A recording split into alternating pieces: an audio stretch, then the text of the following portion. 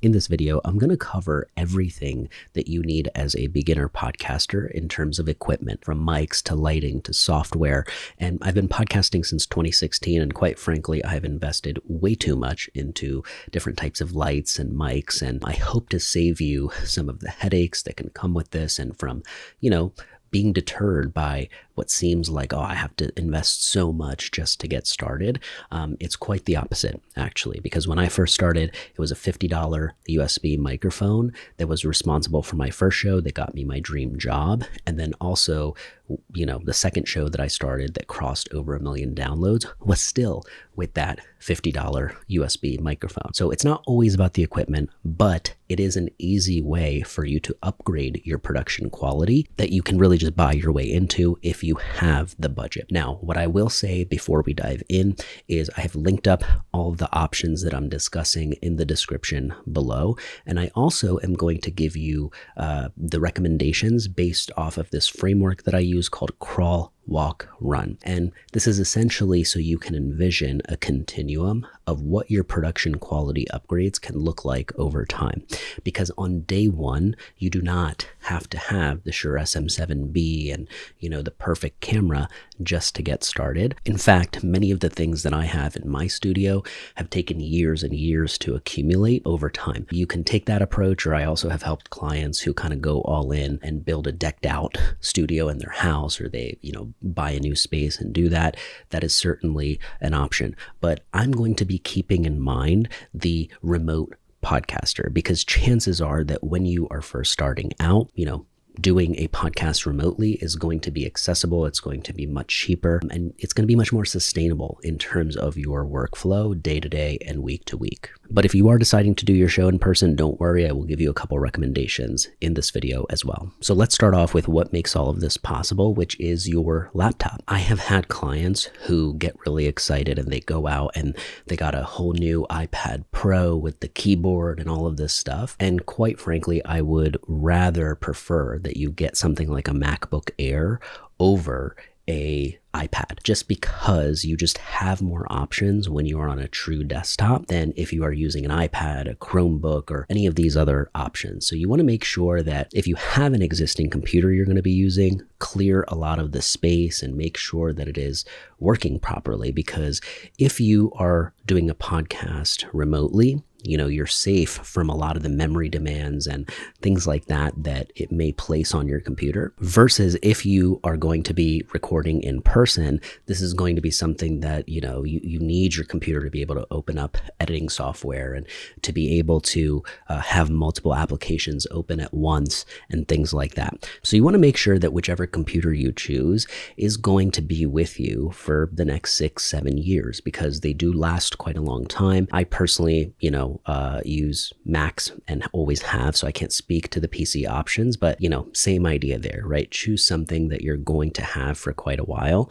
And the MacBook Pro is something I would consider if you are going to be, having a heavier duty setup, like you have multiple tracks, multiple cameras that you're uploading, you're using Premiere Pro, then I would consider, leaning towards something like a MacBook Pro over the MacBook Air. Okay, now let's talk about microphones, because this is obviously one of the things that makes up a quality listener experience. So there are many options here. I would recommend for the crawl stage that you basically start with something that you already have access to. So it might be your AirPods, right? That might be okay if you're in a quiet space to just get started and try things out. But let's say you want to take it a step further. There are multiple options under $50, $60 that my clients have tested over time, that those mics actually work really well on Amazon. So I will link that up in the description. But I will say that if you are willing to go just a little bit higher, for about $100,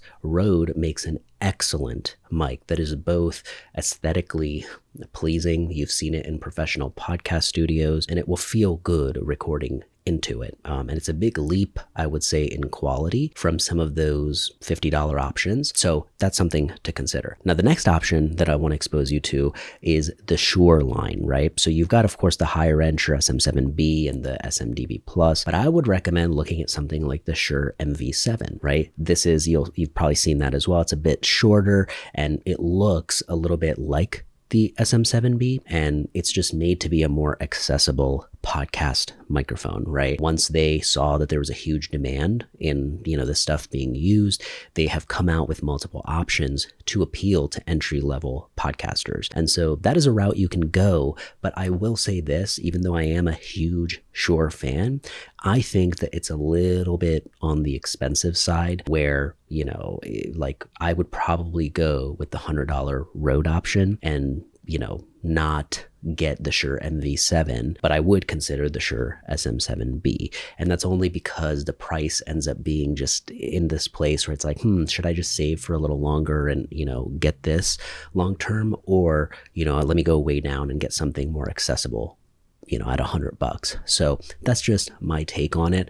There are, of course, many other options out there. The Blue Yeti, I've also owned that in the past. That works. I will say aesthetically, it's not pleasing. I ended up selling that mic, and I think there's just a lot better that you can do, for close. I think it's like $75 to $100. And so again, in that range, you're competing with this Rode mic that keeps, coming out as the winner in terms of something that is accessible. Next up, let's move on to the recorder. So this is basically how your sound is going to get captured. Now, if you are going to get one of the recommendations that I made, they come in a USB format, so you can just plug and play into your computer. But let's say that you ended up getting a Shure SM7B and it's an XLR input. These typically are a bit higher quality, which means that you need a higher quality mixer that you're able to plug this into that allows that mixer to talk to the laptop, right? And get the most sound, the highest quality sound that your mic was made for, because you can turn up the gain and things like that, with much more control and flexibility. So the Scarlett 4th generation mixer is what I love, what I'm using right now, and what has given me the highest quality over time. And this is something, the one caveat with it is that the recording in this case is going to be done inside the laptop. Okay. So it's not just getting recorded into the Scarlett. Scarlett is allowing it to get connected to your computer. And so you need something like, a GarageBand or, Riverside or Descript that you are basically recording into. So that's something to keep in mind. Now, the other option is something like a Zoom H6. As you can see, there is some dust on this, and it's because I haven't used this in forever, but it is still working. I bought this back in 2016. I've used it to podcast in Australia and the US, and a lot of my in-person episodes were due to this. And what's nice is you don't need to carry your laptop around when you are using a recorder like this. Now, of course, since the Zoom H6, I got this years ago, there are new models and options that have come out that serve a very similar purpose. The main thing to know is you have 4 inputs here. So if, let's say I had, 4 different guests, I'm at a conference and, I want to plug all our XLR mics into one input and record, I can do that. Now, this also has an SD card slot, right? That would allow you to basically take this SD card out, put it into your computer, and basically get the audio file. So that's just something to consider, and that is a difference between recorders and mixers. Now, in this category, you may also hear of something called the Rodecaster. Now, that is perfectly fine, but at the same time, for beginners, would I recommend it? I don't know, because it is a little bit on the higher end. And I feel like if you have a good laptop and the Scarlett, it can do a perfectly great job for you. Or again, even something like the Zoom. So, that's something that if you are shooting in person, you've got multiple camera angles and, sound inputs, and you want everything to kind of be cohesive, that might be something you consider. But if you are doing a podcast remotely, that's not really a big concern. Now, since we're on the subject of recorders, I want to show you this mic option, which you have probably seen all over the internet as well. This is the DJI wireless mic, right? And so what happens is you've got this controller or transmitter, and you've got 2 different mic inputs here. And so if I wanted to basically record, wirelessly, and I didn't want to use something like the Zoom and Max, I have 2 guests usually, I could use something like this, right? So one of the things that's really nice is each one of these microphones has a built-in recorder. I believe it's like 8 to 14 hours of recording that you can capture on this. And then, when you want to transfer it to your computer, you plug in the USB here and just transfer it just like you would with something like an SD card. So this is a wonderful option. This is one of those, wireless lav mics. Rode Wireless is also another option that is similar to this. But the reason I point this one out is because the recorder is just built in. I've tried it. I've had several clients like it as well. And it's kind of just a very simple setup. Yes, it may not be the highest quality compared to the other options that I've mentioned, but it's simple. And for a lot of people, that simplicity wins, especially when you're a beginner and just trying to kind of get started and get in the game. Next up, let's talk about cameras. So this is one of the biggest questions that I get, and the answer really depends on if you're talking about a camera for in-person recordings or a camera for remote recordings. So if we are talking in-person, I'm gonna go with the Sony FX30. That's what you're seeing right now, and that's what I recommend. It is a little bit pricier than, one of the entry-level Sony cameras, but it is well worth it if you, are going the length to do it in person. But I will say that if you, in most cases, if you're watching this, you're likely going to be doing it remotely. And this is where, again, it's just so much cheaper to get in the game because you don't need the Sony FX30 in that case. You might be able to get away with your built-in webcam because every laptop, especially Macs, right, after like 2021, 2022, went from being a standard 720p webcam to a 1080p webcam. And that difference is noticeable when you upgrade and you get on a Zoom with somebody. They're going to notice like, oh, did you get a new camera or something? It looks different. So a lot of times with the standard, if you get a new laptop, you might be good to go. You might like how you look and the picture quality. But if not, if you do want to take it a step further and get a webcam, I will give you a couple options. I used to recommend this Opus webcam, but literally it's been sold out for so long, and I don't know if it's ever going to even come back at this point, that I have stopped recommending it, not just because of that, but also because there are several options that are now on the market, which are of very comparable quality to the Opus, right? So it's something that I think happened in 2024, 2025 is everybody from Logitech to Insta360 basically came out with just really, really high quality webcams that, fix the lighting and do autofocus and shoot in 4K and all that kind of stuff. So I'm going to give you, because I do have, one of these as well. I don't really like it, but I gifted somebody recently the Insta360 webcam. And this is compatible with both Mac and with PCs.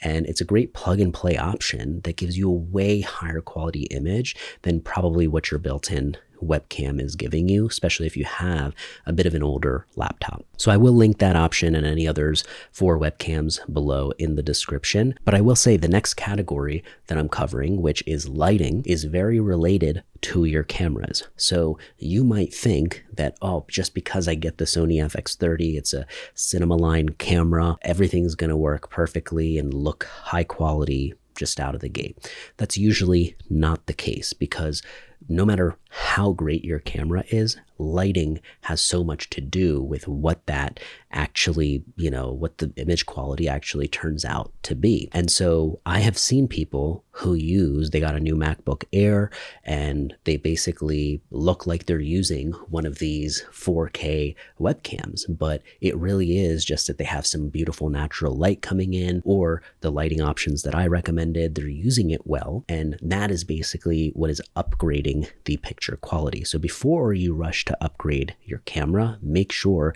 that your lighting is good to go. So when it comes to lighting, there are several options. The ring light is, of course, the most popular, right? It's kind of the cheapest to get. And for a lot of people, if you don't wear glasses, it may do the job because, it gives you just enough light. And it's something that if you have it on a tripod, right, as long as it can kind of go up a little high and point down, that is the angle that I recommend versus just pointing straight at you and it being positioned behind the camera. The reason for that is because you can see in your pupils, usually, the ring, and it's kind of distracting, right? So you just want to make sure if you're going with that option, it's a little higher and pointed down. If you're looking to go a little bit higher quality than the ring light setup, then this is what I recommend. If you are going to be in a steady spot, like let's say your home office and that's where you're recording, get the heavier duty aluminum, newer stand or tripod that I link in the description, because that can go very, very high. You can adjust the angles so that it is like a C-stand, right? Where it's right now above my head, 4 or 5 feet in the air. And the farther that you can kind of have it away from you and the higher that it can go, you can kind of play around with positioning much more. So for example, you want it pointing down a little bit so that you create some shadow underneath the chin and possibly on one side of the face, right? So to do that right now, like the light is positioned here and up. And that's a little exercise that you can do when you are watching podcasts and stuff. Try to guess where the lighting is coming from. And you can typically do that by taking a look at someone's head or their forehead and, see the angle that it's coming from. So that will get you really good at setting up the light. And if you can leave it there, that's even better because it's just kind of turn the button on and you're good to go. This remote I got separately. This is a Godox remote. It was $20. It's something I wish I had from the very beginning, because once it goes up so high, you can't really see the settings on the back and things like that. I have to get up on a ladder to be able to change it. So this has been very, very nice where I can turn it up, turn it down with just a remote. Now, if this is your first time buying lighting like this, something to keep in mind is that it's normal that it's all sold separately. The tripod is separate from the light is separate from the softbox. And basically, this is why a lot of people, to make it, they don't want to think about it, they'll go with one of those, 2-pack newer lights that are like rectangles like this. Sometimes they have a little barn door opening where you can control and diffuse the light a little bit. Those are fine too. Nothing wrong with that. I've had those before, especially the newer option. And that is nice because you can adjust the color temperature a little bit. So if you want more of a warmer light, you can do that. But I still would recommend, if you can afford it, to go with something like the Godox or the Aperture Amaran light, because it is just going to give you the highest quality long term. And again, it's not just the light, it is really about the diffuser. So this is why ring lights and things like that aren't the best, is because the light isn't being diffused the best. And so this is where, if you've seen, the big circle soft boxes or the big rectangle ones, this is where that comes in handy, right? Instead of it looking so harsh, like it's pointing at you, like interrogation room look, it will soften things a little bit. So I'm going to link the softbox and diffuser that I have in the description below. It comes with a black honeycomb diffuser that goes on top that really softens the light even further. So that is something I'm going to link up, and I just want to highlight the difference between the Godox option that I'm linking and the Aperture Amaran one that I'm linking is basically that the Amaran one is, there's more color temperature controls, right? So you can basically have white light, or you can go down really warm if you wanted to, versus this Godox SL60W that I'm using is just, white light, which is totally fine because in most cases, that's probably what you're going to be using. So again, I'll link up those components in the description. The only other thing in terms of lighting that I'll add is if you want something that is like accent lighting and you want to be able to make it red or blue or green, similar to how I have right now, the Go V light is a wonderful option. I've had multiple ones of theirs over the years, and so I will link up the one that I have in the description below. You do need the app for it to kind of control the colors and brightness and all that stuff, but it's wonderful. And what's really nice is, aside from just the colors, you can use it as a fill light, where if you wanted a warmer light or you wanted the white light to match, your Godox, you can basically use it as, a way to fill in, light where you want to. So it's very thin, doesn't take up a lot of space, and is a wonderful option to add at some point, but it is not necessary for you to get started. to get started, I think you just need one main light with the softbox and the tripod, and you're good to go. Next up, let's talk about headphones. If you are recording remotely, this is where headphones becomes more necessary versus if you're recording in person, it's not really, that big of a deal unless you want to be monitoring, what's going into the recording live. So for most cases, when you're recording remotely, let's say you're using something like Riverside, before you even get into the studio, it'll ask you, are you wearing headphones or not? And the reason for this is if you select, no, I'm not wearing headphones, it'll automatically turn on the echo cancellation feature. And this is really important because any sound that would be leaking from your speakers and just so you can hear your guest is not going to hopefully get picked up in your microphone, because that is a very common thing that will happen if you don't have the echo cancellation turned on and you're not wearing headphones. So I always recommend, both for you and your guest, advise wearing headphones just because it's better than turning on the echo cancellation, right? You'll get the most raw and natural sound that is still very, very high quality when you've got the headphones on, versus when you are turning on the echo cancellation feature, there is some background noise suppression and things like that are happening. And, for the most part, it works perfectly, but I still recommend do what you can to have the headphones. And again, AirPods or any wireless headphones will do, right? As long as in the speaker section, you can select something other than your built-in computer, I think you'll be good. Now, I will link up my favorite headphone options in the description below. They're basically the Apple AirPods and the Apple AirPods Max. Those are my favorite. Honestly, even the basic ones, the Pro, they're all good and they do the job. If you have something else already on hand and accessible and it fits, go ahead and use that. You don't need to go out and get a new pair. If you already have AirPods, make use of those. Next up, let's talk about mic stands. So this is another question I get a lot. You can, of course, get something like the Rode PSA-1, which I also have, that kind of clamps on to your desk or table. It goes up and it comes down, and it's kind of this boom arm mic, right?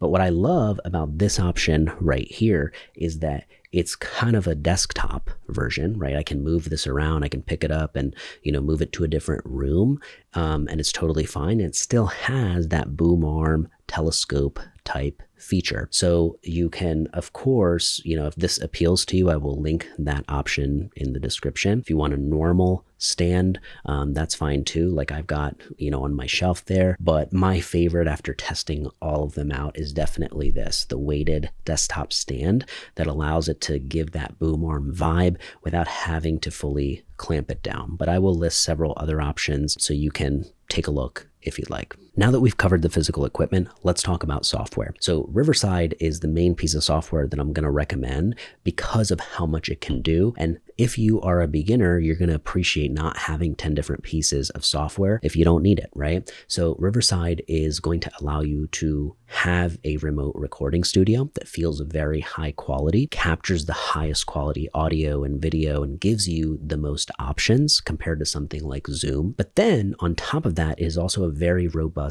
editor. So it will help you, make clips and maybe produce the full episode all from the platform itself. And then it is also now able to host your podcast. So you're going to need hosting software at some point so that you can basically distribute the audio shows to all of the audio platforms. So typically you would use something like Libsyn or Buzzsprout, which I still like Buzzsprout if you want something more robust, more analytics, but it is an additional paid option, but it works really good. I would say that if I was starting today and I didn't want to pay extra and I'm already going to get Riverside for recording and maybe editing, I would probably just use Riverside's hosting feature. So that's why it's such a steal, is because it's an all-in-one tool, and they seem to be adding more and more things over time that just make it super useful, from transcriptions to show notes to all these tools that allow Riverside to kind of be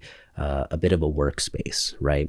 And I have just found in my experience when I'm working with clients, the editing is a huge part of what makes people quit, right? It's like they either can't afford to outsource it anymore, or their editor's not, doing a great job, and they don't feel like they can do it themselves. And so you kind of abandon it altogether. Versus if you learn how to do it yourself, at least the basics, you have this control of showing up consistently. And so in the past, you would have to learn some really complicated software just to be able to get in the game, versus nowadays going with something like Riverside is probably the solution to most of your problems. Now, the next piece of software I would recommend is going to be Substack. Substack is a tool that is mainly for writing articles and newsletters and things like that. Kit is also great. I use Kit as well, but Kit is a paid option versus with Substack, you can start for free. And you can use it as an additional distribution tool. You can kind of let people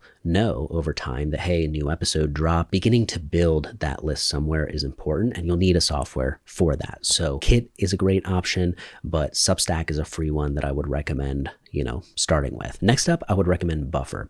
Buffer is a software that is going to allow you to basically distribute your stuff to all of the social platforms. So if you want to be on TikTok and you want to be on Instagram and you also want to publish your clips to LinkedIn, what's really cool is you can, for $6 per account, you can basically have that integrated in one place, and you upload your short into Buffer, and you can basically have it scheduled out and distributed to all of these places. I recommend Buffer because over the years, I've just found it to be the most inexpensive option.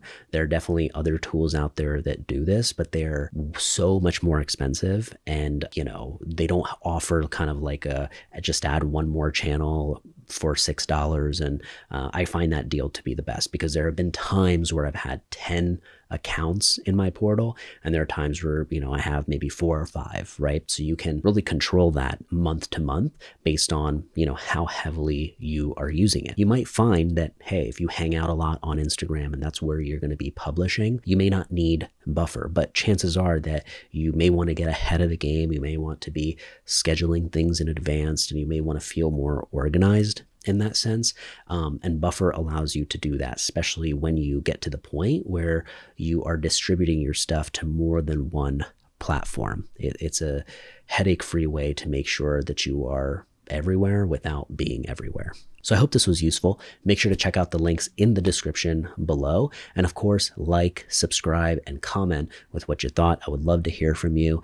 And of course, I wish you the best of luck with your podcast, and I'm looking forward to hearing about it. So thanks so much for hanging out, and I will see you on the next one.